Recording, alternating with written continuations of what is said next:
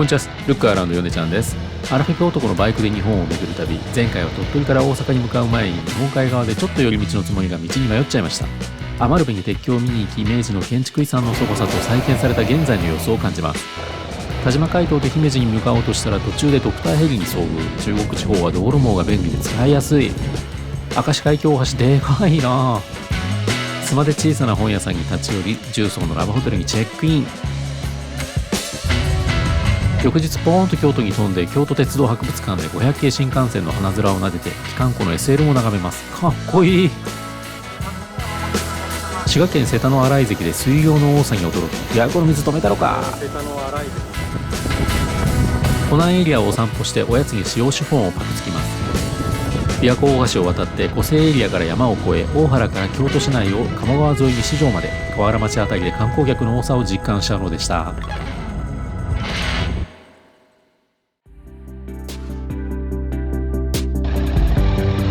さて本日はスズキワールド千里でオイル交換と点検を予約しています。大阪中心部から千里ニュータウンには新御堂筋国道423号で移動します。上下線の間に大阪メトロ御堂筋線が走ってて、大阪はこういう鉄道が道路の真ん中にサンドイッチされてる構造多いですよね。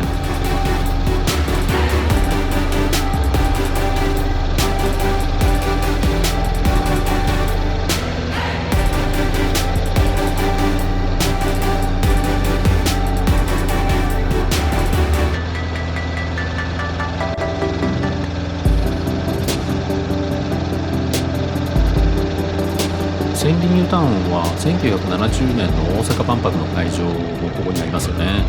結構歴史のあるニュータウンですよね。東京の多摩ニュータウンと比較して中心部に近いですし、真ん中に中国自動車道と大きなジャンクションもあるし、そうだ、電車の自動改札もね、ここから始まったりとか、時代の先端を歩んできたエリアのイメージがありますよね。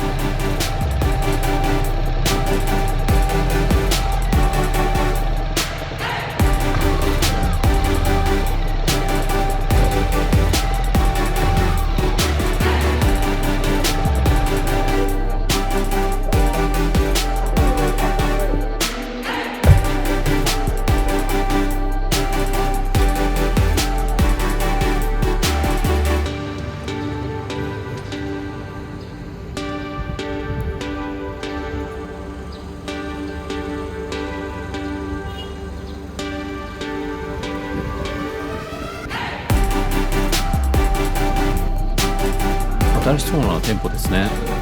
熊本から佐賀のあたりで予約を入れてたんですけど、事前にこれまでのメンテナンスの記録を紹介してもらって連絡をもらっていました。バイク屋さんって見てるの楽しいですよね。車体の状態をヒアリングしてもらって、オイル交換と角度点検、チェーンの調整をしてもらいました。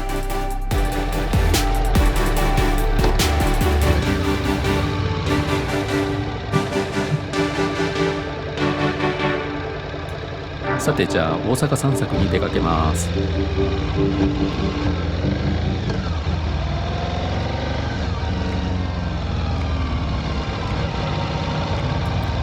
阪はそれこそ子供の頃から街で見かける建造物が京都や関東と比べて全体的に面白いと思ってまして、ここは淀川に架かる橋なんですけど、さすが水の都大阪、いろんなスタイルの橋があります。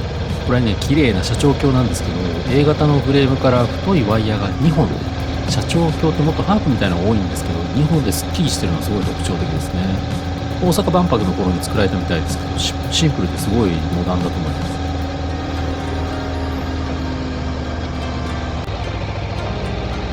というわけで、大阪で建物といえばまずは大阪城ですね。ネットで調べると、この宮の森バイク駐輪場がバイクは無料で止められるみたいで、ありがたく利用させてもらいました。ここから入るんですね。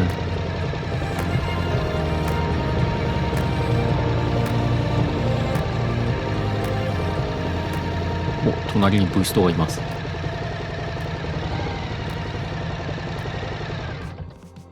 大型バイクは駐輪場に止めるときも出るときのことを考えておかないとね。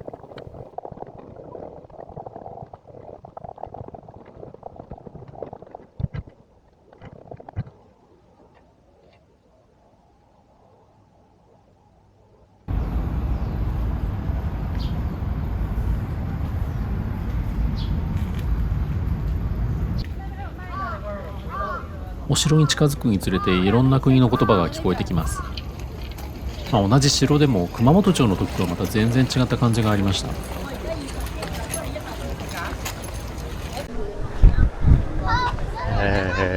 大阪城来ましたけども、確実に8割以上9割以上は外国人のお客さんですね。あんまりアジア系とか欧米系とか関係なくまんべんなくいらっしゃる感じ、さすが大阪って感じですけども日本人はね、今日平日なんでこの時間は仕事してるんですよね、多分もうなんか天守閣ね、人がすげえいっぱいなんですよ。外だけ見て帰ります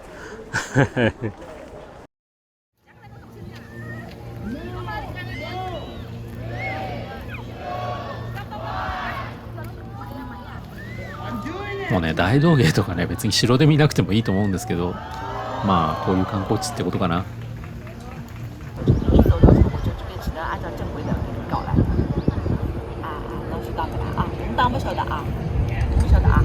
ちょっと休んでても隣で電話してる外国人の声が聞こえます何話してんでしょうね。お城の周りの公園が結構緑豊かで、散歩や運動にはすごくいいですよね。代々木公園みたいな感じかなと思いました。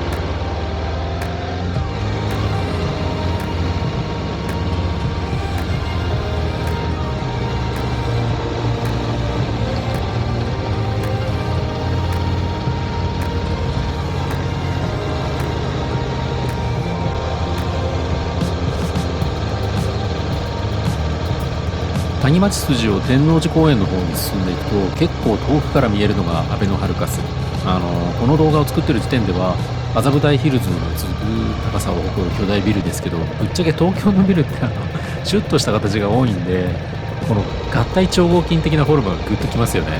この下から見上げた、うわー、歩道橋がまたすげえな。うひゃー、渋谷の街も鉄道があるから工事大変でしたけど、ここも天王寺駅がターミナルなんでかなり大変だったんじゃないかなと思います。一度登ってみてえな。大阪の港湾地区を回ってみたいと思います。国道43号からは珍しいアーチ型水門が見られるんですよ。これここは尻無川の水門ですね。この手前にも木津川水門がありますけど、全国的に珍しいアーチ型水門、大阪3つあって、この国道43号からはそれらを見ることができます。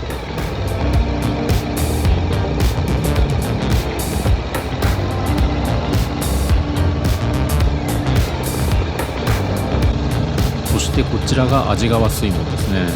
こんな珍しい形の水門ですけど、作動するのに電気が必要なことと、特殊な形なので維持の問題もあるそうです。水の都大阪らしい建造物ですよね。 USJ は特に興味ないので、国交ジャンクションを抜けて舞島に渡ります。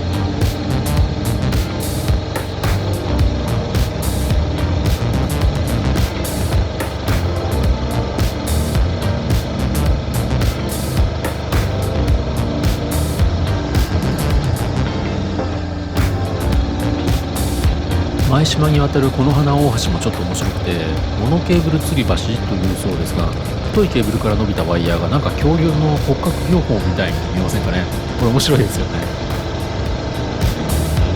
でその先に見えてくるのは有名な清掃工場で、ちょっと動画が撮れてないので、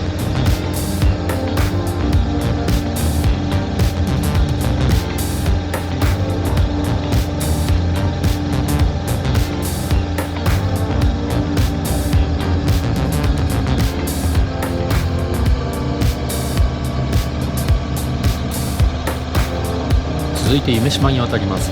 このタンクみたいなのが回転ピン。回転ピン？そう、この橋実はこのピンを軸に回転させられる浮体式旋回可動橋になってるんです。この規模で橋浮いてるんですよ。すごいですよね。ぶっ飛び方がさすがに大阪です。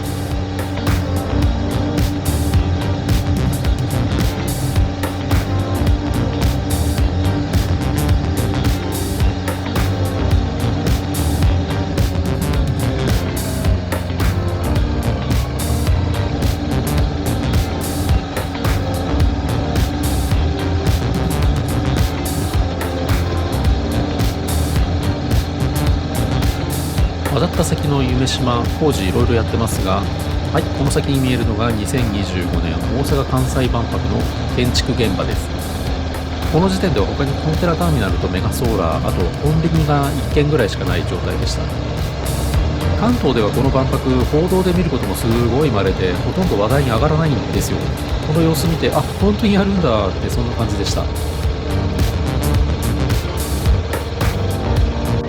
トンネルくぐって先島に出ると、アジア太平洋トレードセンターと大阪府先島庁舎、元大阪ワールドトレードセンタービルって言ったみたいですけど、それが出てきます。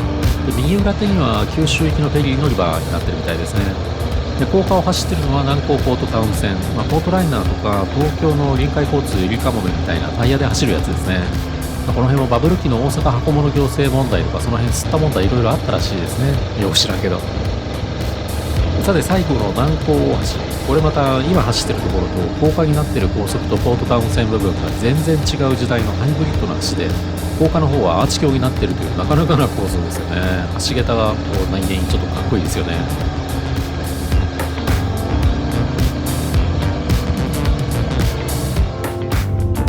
5車線北向き一方通行の四ツ橋筋を難波から中之島方向に行くと、道頓堀川を渡る手前にゼビウスの UFO みたいなのが出てきます。港町リバープレイスというそうで、阪神高速のインターとパーキングを兼ねていて、中にはライブハウスとかもあるそうです。首都高3号渋谷線の大橋ジャンクションみたいですね。下から見るとひっくり返ったアポロチョコですね。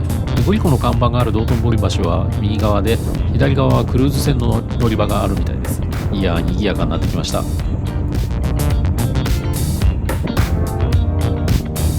そして大阪の金融行政の中心地、中之島を通り抜けます。橋渡ってすぐフェスティバルタワーに挟まれて、すごい景観ですね。このビルの敷地の幅がほとんど中之島の幅で、橋を渡ると堂島とか曽根崎とか梅田とか北と呼ばれるエリアになります。大阪駅前、なかなか混み合ってきました。もう昔の姿が想像できないですけど、右側に昔丸ビルっていう円筒形のビルがあったんですね。一番上に電光掲示があったりとかして、あれもかなり大阪らしい建物でした。で、ヨドバシカメラの前を通って重曹に向かいます。この奥が梅田スカイビルなんかもある梅北と呼ばれるエリアで、今すごい大開発してるみたいですね。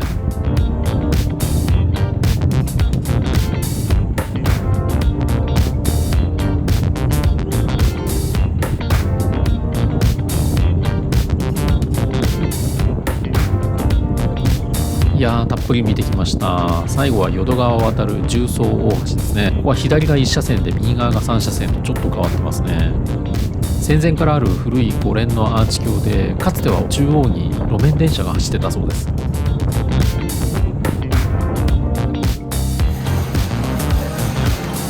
すっかり馴染んだ重曹商店街、最後の夜でした。モータープールも大阪ですね。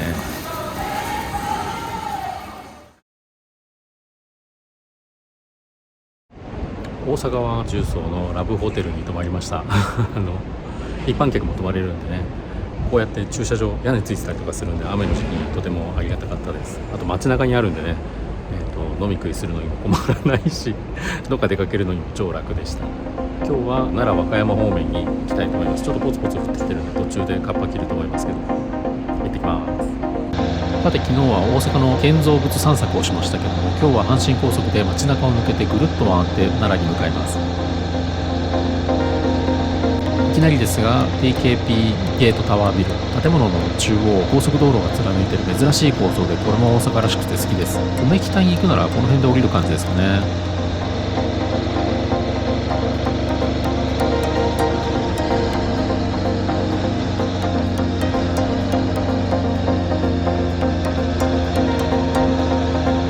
中之島方向にぐるっと回り込んで、昨日見た2本のフェスティバルタワーが迫ってきました。これちょっと覗くと川も見えてていい眺めですね、ここからだと。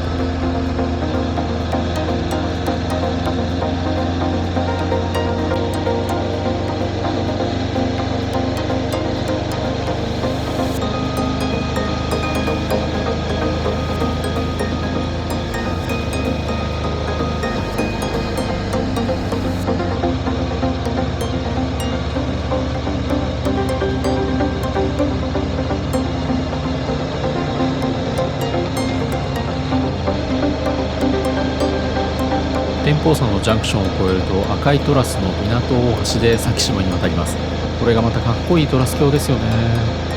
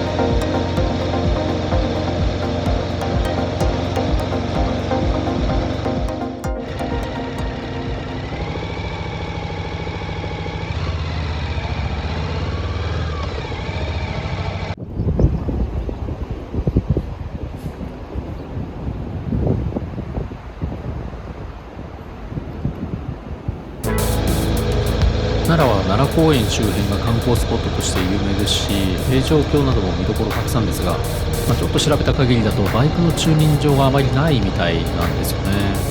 古くから巨大観光地で、そういうことよくはあるんですけれども、車は OK だとか、バイクは自転車駐輪場と一緒だとか、その辺止めとけとか、あと数十年前の暴走族を持ち出してバイクを断りみたいな、本当多くて、ツーリングだと結構荷物積んでるし面倒なのは嫌なので、今回は飛鳥の石舞大古墳を見に行こうと思います。奈良は古墳も超一級上位ですからね。で、奈良和歌山間には日本一長い路線バス、八木新宮特急バスというのがあって 160km 以上の路線を6時間半かけて走るそうで、今日はそのルートを使って和歌山の新宮方面に抜けようと思います。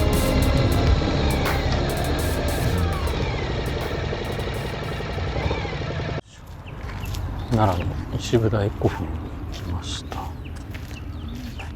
もう巨石文明って感じですよね。ここのすごいところはですね、観光客今全然いないんですよ。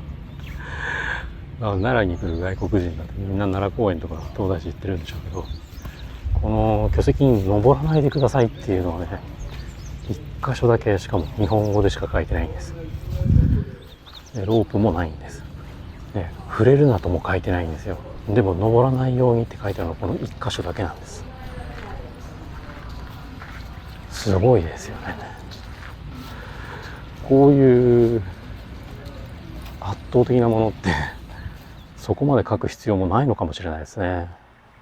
それがすごいなと思いました。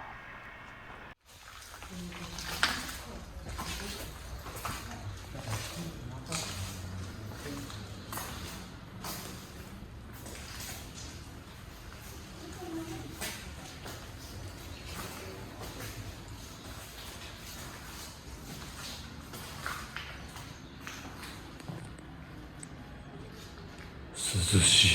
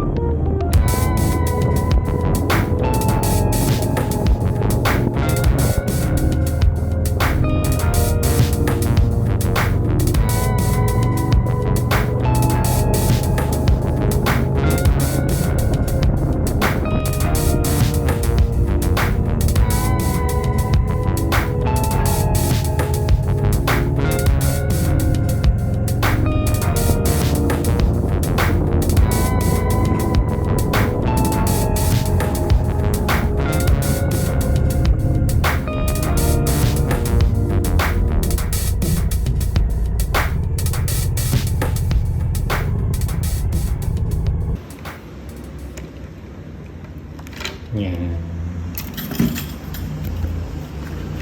コンプリート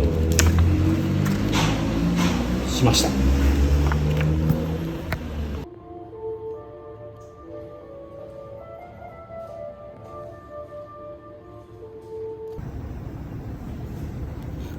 柿の話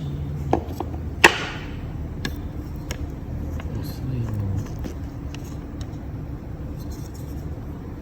暮です。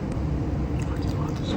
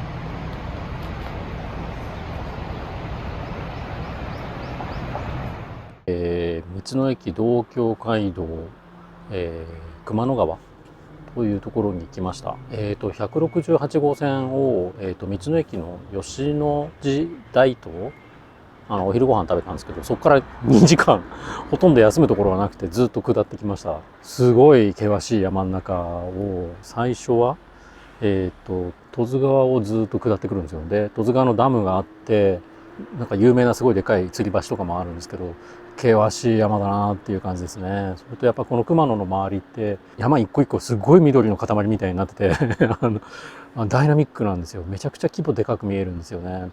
熊野川になってくると今度川幅もガーンと広くなって、スケールも大きいです。ダムが2つ3つぐらいなのかな、途中にちょっと高さにびっくりするぐらいのギリギリのところとか走るので怖かったですけども。で、ここはですね、ただのり餅っていうのを買いました。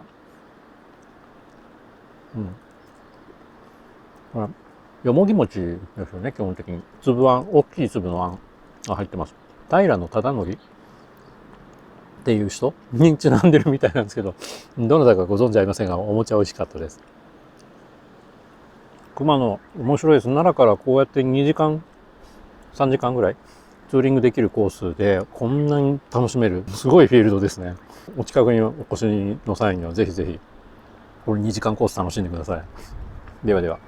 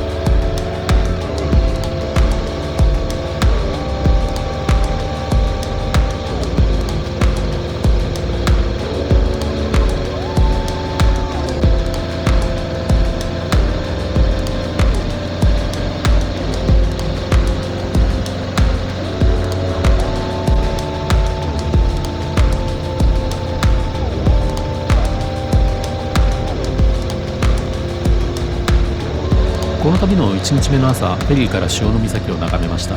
九州に向かう途中でしたが、考えるとここまで結構な道のりでした。その辺りの感動は明日潮岬灯台を見てもう一回かみしめようと思います。勝浦漁港でマグロ食べたいですね。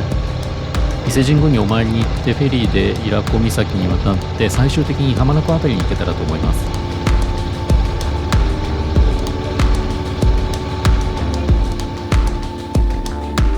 さて今晩は小座川沿いの公衆駐車場に面した野営地で野宿します。